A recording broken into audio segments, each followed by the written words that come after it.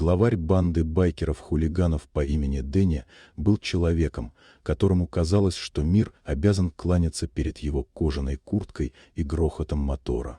Он возглавлял десяток таких же бродяг, которые привыкли шляться по окраинам города, распугивая прохожих и громко смеясь над чужими проблемами.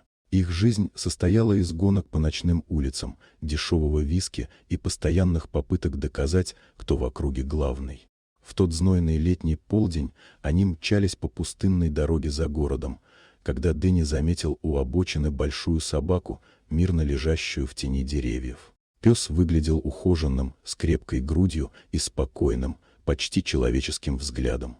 Но для Дэнни это был просто повод показать свою смелость. Он остановил мотоцикл, спрыгнул на землю и, ухмыльнувшись своим приятелям, медленно подошел к животному. Не раздумывая, он грубо пнул собаку носком тяжелого ботинка.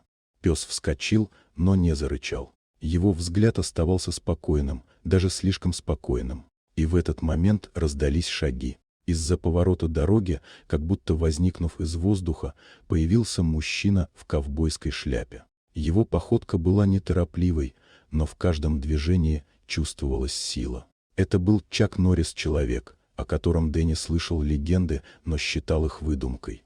Чак остановился, глядя прямо на него. Взгляд был холодным и пронзительным, как сталь. Время, казалось, замедлилось. Байкеры, еще недавно смеявшиеся, вдруг притихли, а в воздухе повисло глухое напряжение. Не говоря ни слова, Чак подошел к Дэнни.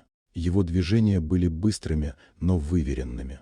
Одним ловким приемом он сбил с наглого главаря всю самоуверенность. Резкий разворот, точный удар, и Дэнни оказался на земле, не понимая, что произошло. В ушах звенело, а в груди поднималась волна осознания: он только что перешел дорогу человеку, которому лучше не мешать.